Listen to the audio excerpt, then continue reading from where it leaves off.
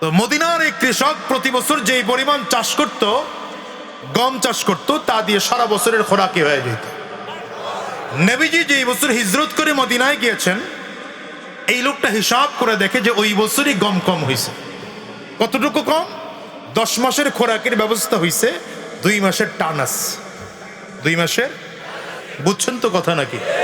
লোকটা বড় টেনশন, কি করবে, এই 2 মাস চলবে কি দিয়া, চলার কায়দা কি, কেমনে কি করা যায়। টেনশনে খাওয়া নাই, ঘুম নাই, গোসল নাই, বন্ধুদের সাথে পরামর্শ করে, কেউ কোনো ভালো বড় বড় পরামর্শ দিতে পারে না। ধীরে ধীরে ধীরে ধীরে পরামর্শ বাড়াচ্ছে, কারো কাছ থেকে ভালো পরামর্শ পায় না।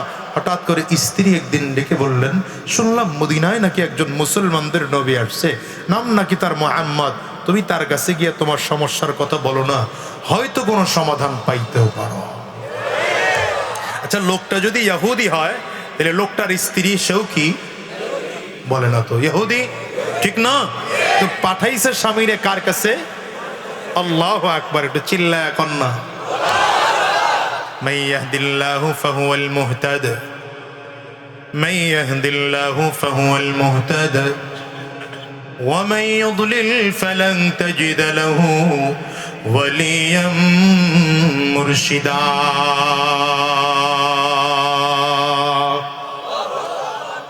জোরে বলেন না আল্লাহু আকবার। আল্লাহ কই, যারে আমি চাই তাকে হিদায়াত দেই, যাকে হিদায়াত দিতে চাই না, গোমরা করে ফেলি, তাকে পথ দেখানোর কোন লোককে খুঁজে পাবে না সে। লোকটা কিন্তু ইহুদি, লোকটার স্ত্রীও তাইলে ইহুদি, কিন্তু স্বামীকে পাঠিয়েছে আমার নবীর কাছে। সাউন্ড আরো বাড়ান, সাউন্ড আরো বাড়ান। কই উনি কই? হ্যাঁ, তো লোকটা নবীজির কাছে গিয়া বলছে, মুহাম্মদ, এমন এক অসুবিধার মধ্যে আছি, 10 মাসের খোরাকের ব্যবস্থা আছে, 2 মাসের টান পড়ে যায়, তো কি করতে পারি? রহমাতুল লিল আলামিন মাথা নিচের দিকে দিয়ে রাখলেন। কিছুক্ষণ পরে মাথা উঁচু করে বললেন, আচ্ছা তুমি এক কাজ করো, যেই পরিমাণ গম তোমার কাছে আছে সেইখান থেকে কিছু গম মদিনার মানুষের মাঝে বিলিয়ে দাও। 2 বস্তা গম, বেশি লাগবে না, 2 বস্তা গম মদিনার মানুষের কাছে বিলিয়ে দাও। আপনারা তো সুবহানাল্লাহ কইছেন, কিন্তু ওই লোকটার মেজাজ গেছে খারাপ হয়ে। আমি এমনি আছি অসুবিধার মধ্যে, এর মধ্যে মুহাম্মদ আরো মানুষের 2 বস্তা গম দিতে কয়। এই হুজুর গোর ওয়াজ চির জীবনে খালি উল্টা ওয়াজ। কি কথা ঠিক না? আমাদের ওয়াজ তো মানুষ আজীবন উল্টাই মনে করে, জীবনে পাইল মনে করলো না। যদি একবার আলেমদের ওয়াজগুলো বাইল মনে করতেন, আপনার জীবন পরিবর্তন হয়ে যেত। লোকটা আমার নবীজির কথায় 2 বস্তা গম নিবে, বাসায় এসব বউয়ের ডাক দেয়, কার কাছে পাঠাইছ তে আমারে, আমি এমনি এসে অভাবে, এর মধ্যে আরো 2 বস্তা গম মদিনার মানুষের দিতে কয়, কাম হইল। স্ত্রীকে, আচ্ছা যেহেতু মুহাম্মদ বলছে সে মুসলমানদের নবী, তুমি এক কাজ করো, কিছু হইলেও নিয়ে যাও। স্ত্রীর কথায় 2 বস্তা গম না নিয়া 1 বস্তা নিয়ে রওনা করছে। নবী নিতে বলছেন কয় বস্তা? কয় বস্তা নিয়ে রওনা করছে। দেখবেন বউয়ের কাছে মোটামুটি সবাই কিন্তু কিছু না কিছু ধরা, বড় লোক যারা তারা একটু বেশি ধরা, কারণ এরা তো যৌতুক নেওয়ার সময় বেশি নিছে। এই কথা কন না কেন? আমরা হুজুরেরা আলহামদুলিল্লাহ যৌতুক টৌতুক নেই নাই, আমাকে ঘরে আল্লাহর শুকর অশান্তিও নাই। এই মুরব্বী বাজানদের কাছে জিজ্ঞাসা করে দেখেন না, ওনারাও যৌতুক নিয়ে ঠিয়া বিয়া করে নেই, আলহামদুলিল্লাহ শান্তিতে আছে। আর এখনকার যুবক বিয়া করার আগেই ঘটক কয় নাকি আপনাদের দেশে? কি কয়? ঘটক। উকিল কয় না রায়বার কয়? রায়বারও কয়। এই রায়বারে দিয়ে আগে বলায় শ্বশুরে দিবে কি আমারে জিগাও। কথা বল না কেন? কথা বল না কেন? ছেলের বাপ মেয়ের বাপেরে গিয়া হাসতে হাসতে কয়, বিয়া সাহেব ছেলেটারে লেখাপড়া করাইলাম, মোটামুটি এম এ পাশ করিয়েছি, বিএ পাশ করিয়েছি, অথবা এম এ ডিগ্রি নিয়েছে, বিএড ডিগ্রি নিয়েছে, এখন তো একটু বিদেশ পাঠাইতে চাই, বেশি না 20-22 লাখ লাগে আর কি। আরে কি কন, আপনার 20 লাখ হোক আর 22 লাখ হোক, আপনার ছেলে আমার ছেলে না, দিমুনে পাঠায়, টেনশন করেন না। শ্বশুরের টাকায় বিদেশ গেছে, ভালো করে বুঝেন, কার টাকায় বিদেশ গেছে। আমি জানি এই ওয়াজ সবার কাছে মজা লাগবে না, আরে চেহারার দিকে তাকায় বুঝতেছি না, কার টাকায় বিদেশ গেছে? শ্বশুরের টাকায় বিদেশ গিয়া শালির জন্য আলাদা টাকা পাঠায়, শালার জন্য প্রতি মাসে আইফোন, ল্যাপটপ, আইটপ আরো কি কিনা আছে এগুলো পাঠায়। ওই বেটা বাবার খবর নেয় না, মায়ের খবরও নেয় না। বৃদ্ধ মানুষ বাবা মসজিদে ঘুরে আর ইমাম সাহেবের কাছে দোয়া চায়, হুজুর দোয়া করেন, বিয়ে করাইলাম না জানে পোলাটারে হারাইলাম, কপাল বুড়া বুড়া, দোষ তো তোমার। তুমি বিয়ে করানোর সময় 20 থেকে 22 লক্ষ টাকা যৌতুক নিয়া তোমার ছেলেকে তার শ্বশুরের কাছে বিক্রি করে দিয়েছ।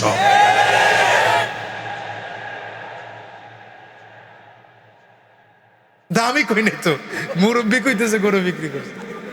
কথা ঠিক তো, কারেক্ট কথা বলছে, ঠিক কথা বলছে।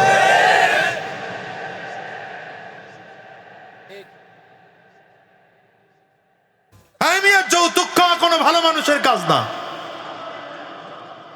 যৌতুক খাওয়া হলো কাপুরুষের কাজ।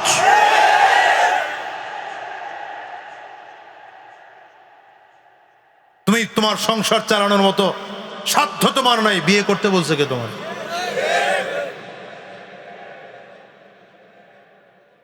আল্লাহ হেফাজত করুন, আমিন করুন। তো বেচারা কয় বস্তা, এই মনে রাখেন, আমি যত দিকেই ঢুকি মেইন রোড কিন্তু হারাবো না, ঘুরে ঘুরে মেইন রোডে আসবো। তো 1 বস্তা গম নিয়ে মদিনায় চলে গেছে। মসজিদে নববীর সামনে গিয়ে মুখ খুলে বসে আছে, নবীর সাহাবীদেরকে গম দিবে। প্রথমে সাক্ষাৎ হয়েছে হযরত উসমান বিন আফফান রাদিয়াল্লাহু আনহুর সাথে। আল্লাহু আকবার। কে উসমান? যিনি সাহাবায়ে কেরামদের মধ্যে সবচেয়ে বড় ধনী। সুবহানাল্লাহ, বাড়ি যায় কোয়েন। সাহাবায়ে কেরামদের মধ্যে ডাক দিছে, ভাই সে তো আর চিনে না কে উসমান, কে আবু বকর, কে আলী, কে ওমর, চিনে? ডাক দিছে, ভাই এদিকে আসো, একটু গম দেব। হযরত উসমান বিন আফফান কে, আমাকে কেন দিবেন গম? আমি আপনারে চিনি। বলে না। তা আপনি আমারে চিনেন না, তো দিবেন কেন? দিতে বলছে একজন। কে দিতে বলছে? নাম বলে না। সাহাবায়ে কেরাম কি বুঝে নাই কে মসজিদে নববীর সামনে দিতে কইছে? ভাই যদি দিতেই হয় আপনি কাজ করেন, আমি আমার বাড়িতে গিয়ে খবর নিয়ে আসি আমার গম লাগবে কিনা।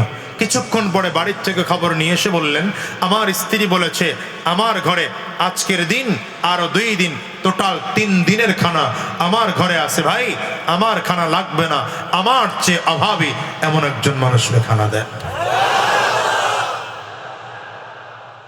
এই বেচারা প্রথম দিন দাঁড়ায় থাইকা একটা দানা গম কাউকে দিতে পারে নাই। দ্বিতীয় দিন আবার আসছে। আজকে সাক্ষাৎ হযরত ওমর ইবনুল খাত্তাব রাদিয়াল্লাহু আনহুর সাথে। ভাই আপনার একটু গম দেব। লম্বা চোরা মানুষ দেখছে, মনে হয় বেশি খায়। হযরত ওমর রাদিয়াল্লাহু আনহু কয়, তাইলে আমিও গিয়ে বাসায় দেখি আমার লাগবে কিনা। ভালো করে বুঝে শুনে বুঝেন, ভালো করে বুঝেন। হযরত ওমর বাড়ির থেকে খবর নিয়ে এসে বললেন, আমার স্ত্রীও বলেছে আজকের দিন আগামী আরো 1 দিন, টোটাল 2 দিনের খানা আমার ঘরে আছে, আমারও খানা লাগবে না। দ্বিতীয় দিন সন্ধ্যার আগ মুহূর্তে হযরত আবু বকর সিদ্দিক যায় রাস্তা দিয়ে হেঁটে। লোকটা ডেকে বলে, ভাই আপনার একটু গম দেই। হযরত আবু বকরকে, আমিও তাইলে বাড়ির থেকে খবর নিয়ে আসি। খবর নিয়ে এসে বললেন, আমার স্ত্রী বলেছে 1 বেলার খানা পাক চলছে, আর 1 বেলার খানা আমার ঘরে রিজার্ভ আছে। ভাই আমারও খানা লাগবে না, আমার চেয়ে অভাবে কে আছে তারে খানা দেন। দ্বিতীয় দিনে কাউরে দিতে পারে নাই। এবার 3 নম্বর দিন আসছে, তৃতীয় দিন আইসা জোহরের নামাজের আজানের আগ মুহূর্তে তাকে দেখছেন হযরত বিলাল আসতেছে। আরো জোরে কোন? কে আসতেছে? আরে হযরত বিলাল রে কালো মানুষ দেখছে, মনে করছে এই লোকটার মনে হয় অনেক অভাব।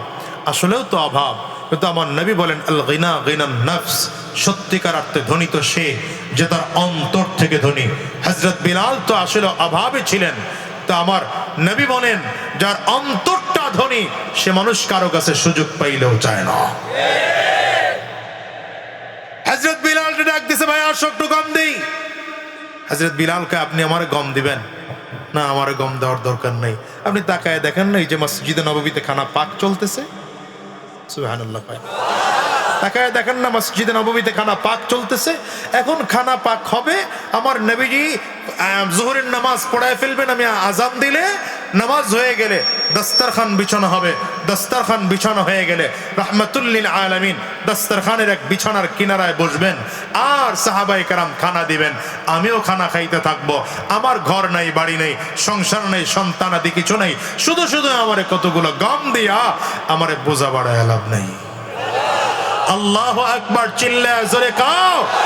नबी का लब पर दो जिक्र है बेमिसाल आया, कमाल आया, जो हिजरे तैबा में याद बन कर ख्याल आया, कमाल आया। अल्लाह अकबर, अरे चिल्ला कौन अल्लाह अकबर। गुरूर के तुर डाला लगा के माथे पे तिल खुदा ने, जो काले रंग का गुलाम तेरा बिलाल आया, कमाल आया। नबी का लब पर जो जिक्र है बेमिसाल आया, कमाल आया। नबी का लब पर जो जिक्र है बेमिसाल आया, कमाल आया।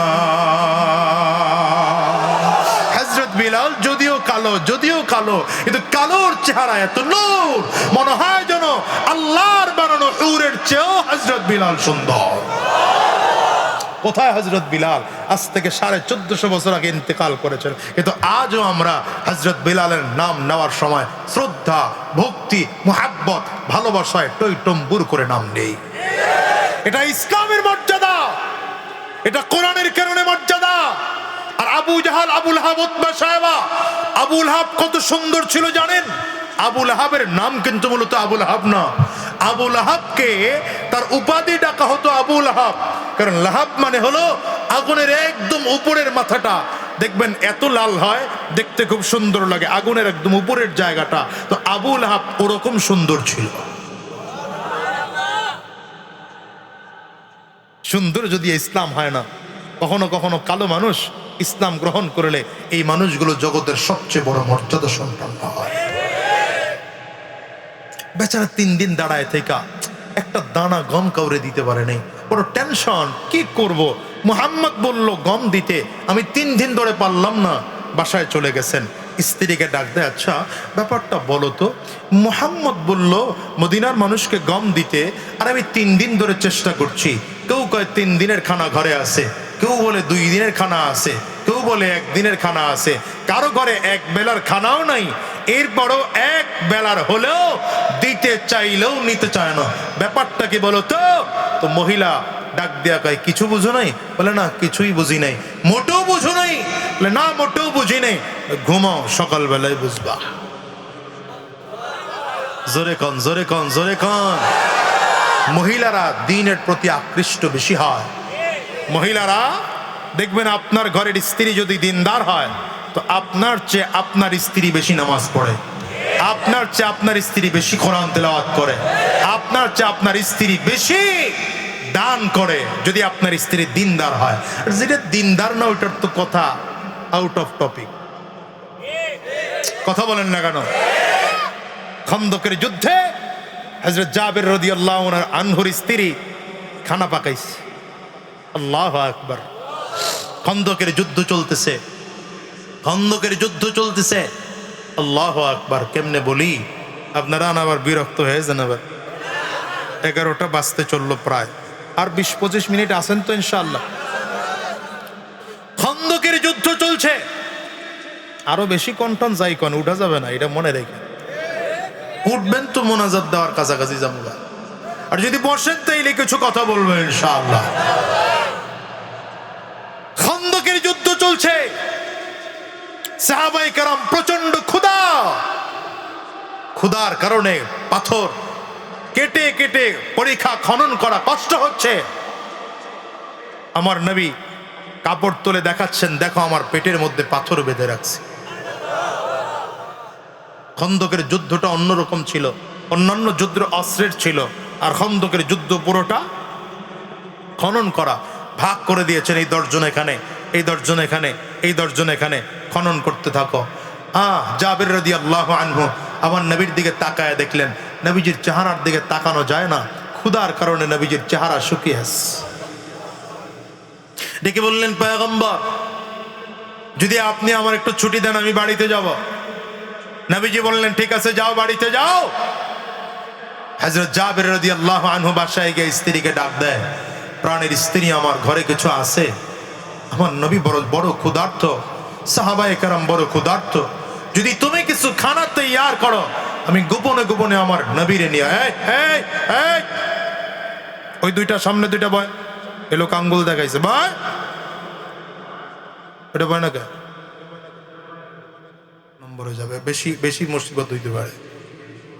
হ্যাঁ, হযরত জাবির রাদিয়াল্লাহু আনহু বললেন, ঘরে কিছু আছে নাকি? ধমক দিয়ে আপনার ঘরে কি জন্য বসায় বুঝবেন না আপনারা? এটা এই মজলিসের দাম বুঝেন নাই তো। কথা বলতেছি হাসতে হাসতে। এই মজলিসের দাম কত জানেন? নবী বলেন, হাফাতহুমুল মালাইকা, এই আমরা বসে আছি, এই জায়গাটা আল্লাহর ফেরেশতারা বেষ্টন করে দাঁড়িয়ে আছে। ওয়া নাযালাত আলাইহিমুস সাকিনা, নবী বলেন এখানে শান্তির বৃষ্টি বর্ষণ হচ্ছে। গাশিয়াতহুমুর রাহমা, নবী বলেন এটা রহমতের চাদর দিয়ে আবৃত করে রাখা হয়েছে। আজকে বলে গেলাম, সবকটা আজীবনের জন্য মনে রাখবেন। মাহফিলে বসে কোন বক্তার ওয়াজ বুঝেন আর না বুঝেন, মনে ভালো লাগুক আর না লাগুক, কোনোদিন উঠবেন না, কারণ এখানে বসে থাকলেও সওয়াব। যদি উঠতেছেন না, আমি আবার আপনারা মন খারাপ করেন না, উঠতেছেন যে এমন না, বরঞ্চ আমি দেখছি এসে বসছেন 2-1 জন, এটা খারাপ, এটাও করবেন না। জাবির রাদিয়াল্লাহু আনহু স্ত্রীকে ডেকে বললেন, কে আছে ঘরে? অল্প কিছু আটা আছে, 2-4-5টা 10টা রুটি হবে। হযরত জাবির বললেন, তাইলে আমার একটা ছাগল আছে, ছাগলটা আমি জবাই দেই। ছাগলটা জবাই দিলেন, আর রুটি বানাবেন তো খামিরা তৈরি করলেন। জাবির রাদিয়াল্লাহু আনহুর স্ত্রী বললেন, তুমি গিয়া নবীকে বলবা, নবী যেন অল্প 2-3 জন নিয়ে আসে, বেশি যেন না আনে, খানা কম তো। হযরত জাবির রাদিয়াল্লাহু আনহু নবীজির কানে কানে গিয়া কয়, হুজুর আপনার জন্য খানা রেডি, আপনি 2-3 জন নিয়ে আমার বাড়িতে গেলে ছোট্ট বকরি আর একটু রুটি আপনার জন্য তৈয়ার করা হচ্ছে। নবীজি বললেন, তুমি কেমনে ভাবলা যে আমার এত সাহাবী রাইখা আমি একা একা তোমার বাড়িতে গিয়ে খানা খাবো? আমার সাহাবীরা কষ্ট করতেছে, আমি কেমনে খানা খাই? নবী তো রহমতের নবী। আল্লাহু আকবার, জোরে চিল্লে আল্লাহু আকবার। জাবির, খানা কতটুকু আছে? বলে এতটুকু আর এতটুকু, ওই 8-10টা রুটি হবে আর ছোট্ট একটা বকরি। নবী কয়, তাআমুন কাসীর, যথেষ্ট খানা, অনেক খানা।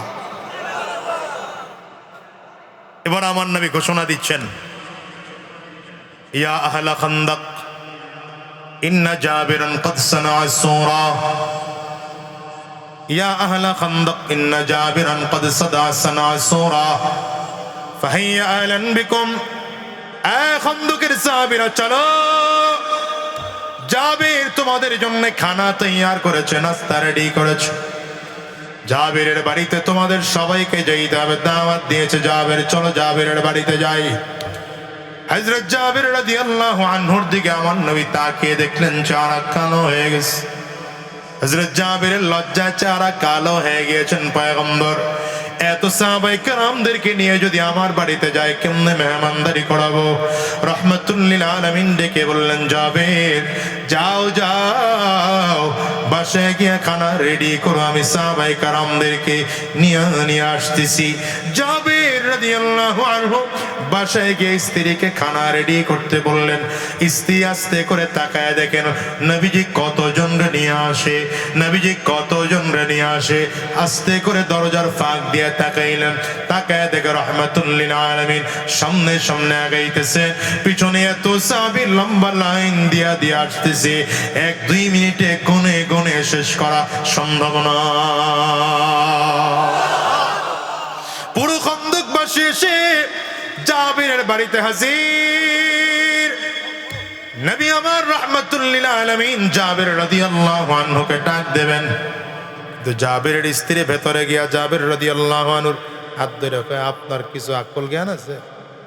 আমাদের দেশের মহিলারা যা কয়, আপনার আকল জ্ঞান আছে? আপনার এত বারবার কইলাম যে 2-3 জন আনবেন হুজুর, সব লয়ে আইছেন, কেমনে খাওয়াম? কি কথা কন না কেন? আমাদের দেশের মহিলাগত শ্বশুর বাড়ির যদি দেখে মেহমান, তাহলে তো চান্দি এমনি গরম হয়ে যায়। নিজের বাপের বাড়ির মেহমান হইলো কই মাছ বড়টা। আপনার ভোলায় মনে হয় নাই? আপনাদের ভোলার মা বোনেরা সব রাবে অবশ্যই খালাতো বোন। হ্যাঁ, হায় হায় হায় হায়।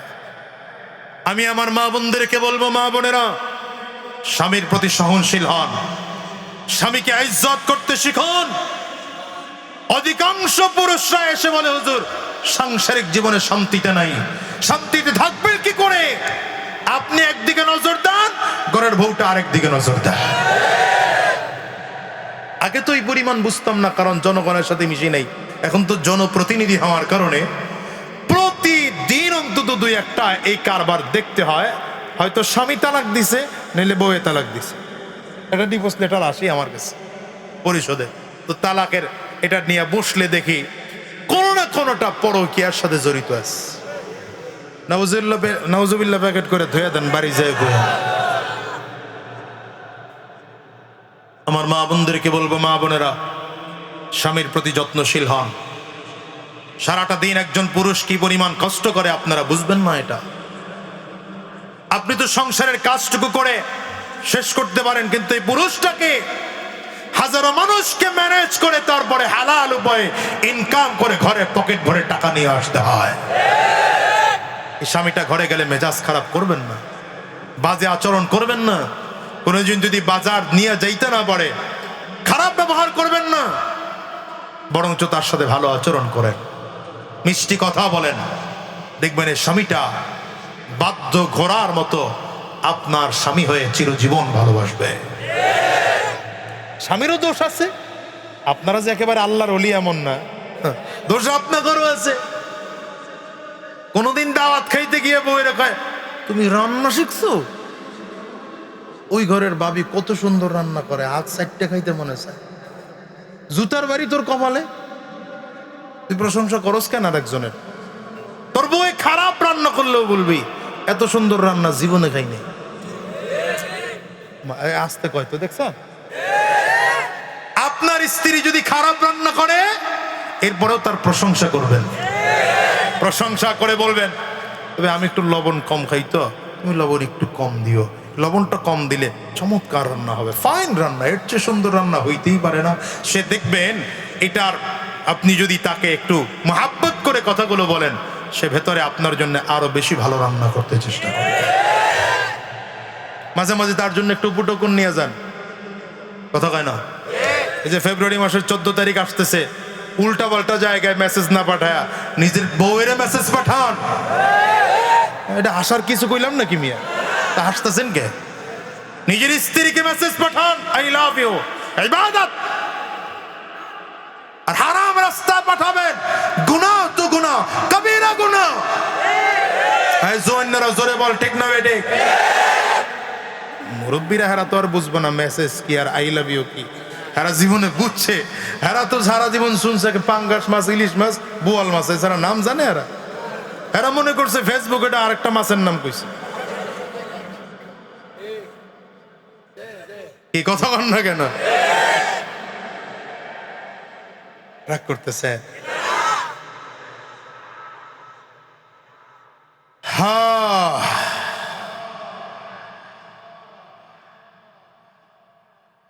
জাবির রাদিয়াল্লাহু আনহুর স্ত্রী কয়, তুমি এটা কোনো কাম করছো? তোমার এত বারবার বললাম যে খানা অল্প, তুমি এত লোক নিয়ে আসলা। হযরত জাবির কয়, ভাই কি করব, নবীর কাছে বলছি তো যে খানা অল্প। কে বলছো? হ্যাঁ। তো নবী কি কইছে? তো আমন কাসির, নবী বলছে অনেক খানা। নবী বলছে, বলে হ্যাঁ, একটা কিছু ঘটবে রে। নবী যদি কয়ে থাকে খানা বেশি, একটা ব্যাপার স্যাপার কিছু হবে, অপেক্ষা করি দেখি কি ঘটে। সুবহানাল্লাহ সুবহানাল্লাহ, চিল্লা কও সুবহানাল্লাহ। ওয়ামা আরসালনাকা ইল্লা রাহমাতাল লিল আলামিন।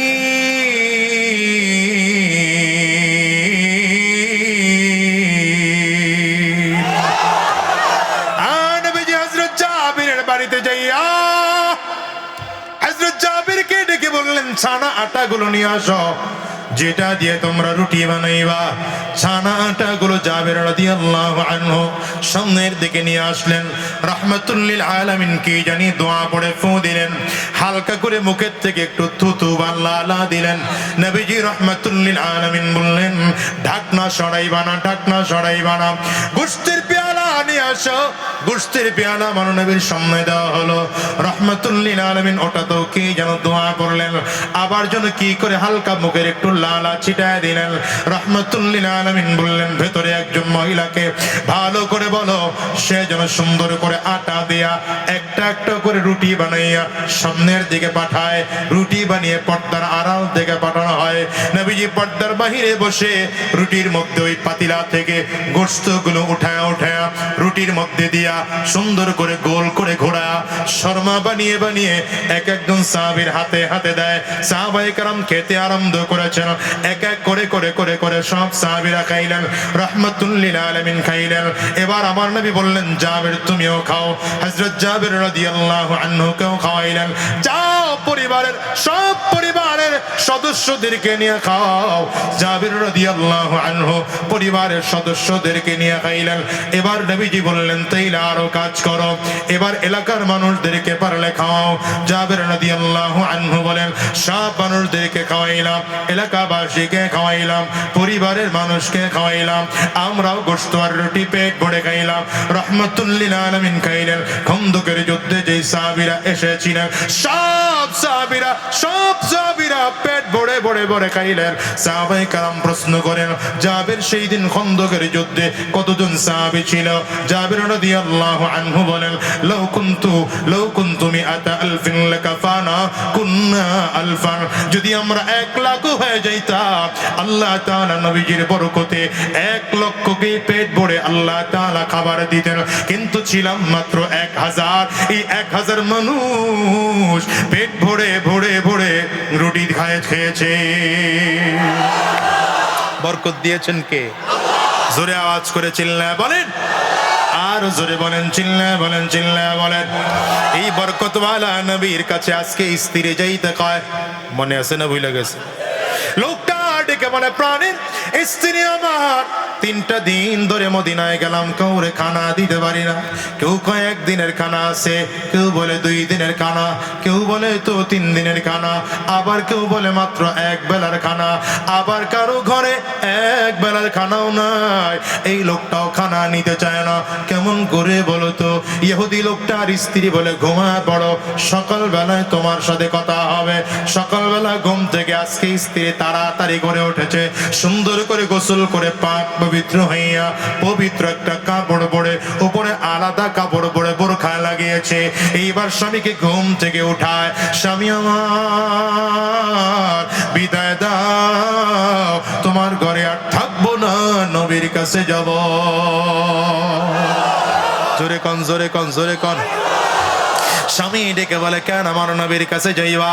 মুহাম্মদুর রাসূলুল্লাহর কাছে কেন যাইবা? জীবনে তোমার কোনোদিন কষ্ট দেই নাই, তোমার কোনো অভাব হয় সেটা খেয়াল রেখেছি, তোমার অশান্তি হয় সেটাও খেয়াল রেখেছি। হঠাৎ করে আজকে কেন মুহাম্মদের কাছে যাইবা? স্ত্রী ডেকে বলে, স্বামী আমার, জীবনভর কোনোদিন তোমার সংসারে আমি অভাব দেখি নাই, যতদিন সংসার করেছি তোমার কাছ থেকে কোনোদিন কষ্ট পাই নাই।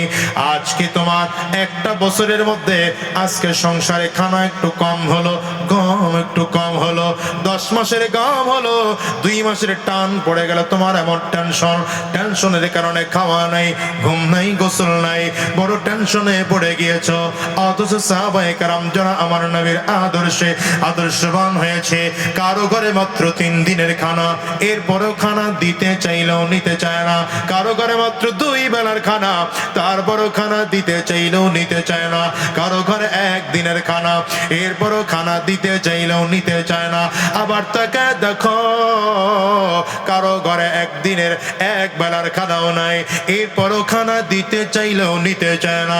বুঝা গেল তোমার ধর্মে খানার টেনশন করা লাগে, মুহাম্মদুর রাসূলুল্লাহর ধর্ম গ্রহণ করলে খানার টেনশন করা লাগে না। আমি আর তোমার সংসারে থাকতে চাই না, মুহাম্মদুর রাসূলুল্লাহর কাছে যাইয়া কালিমা পড়ে মুসলমান হয়ে যাব, আমিও টেনশন মুক্ত জীবন যাপন করব। আল্লাহু আকবার, চিল্লাও বলো। স্বামী স্ত্রীর হাতটা ধরে ডাক দেয়, প্রাণের স্ত্রী আমার, যদি ব্যাপারটা এমন করে হয় তাইলে তুমি একা নয়, আমিও নবীর কাছে যাব, আমিও নবীর কাছে যাব। তুমি একা নয়, আমিও নবীর কাছে যাব। রহমাতুল লিল আলামিনের সামনে দাঁড়ায় 2 জন কালিমা পড়ে মুসলমান হয়ে যাব। এবার স্বামী আর স্ত্রী 2 জন রহমাতুল লিল আলামিনের দরবারে রওনা করেছেন। স্ত্রী পর্দার আড়ালে, স্বামী রহমাতুল লিল আলামিনের সামনে হঠাৎ করে হাতটা বাড়িয়ে দিয়েছেন। পয়গম্বর, আমার স্ত্রী সহ আমিও এসে হাজির, কালিমা পড়ায় দেন, মুসলমান হয়ে যাব। আল্লাহু আকবার, চিল্লাও। ইসলাম হলো চিরদিনের শান্তি সুখের নিশানা, ইসলাম ছাড়া অন্য সবই জাহান্নামের ঠিকানা। ইসলাম হলো চিরদিনের শান্তি সুখের নিশানা, ইসলাম ছাড়া অন্য সবই জাহান্নামের ঠিকানা।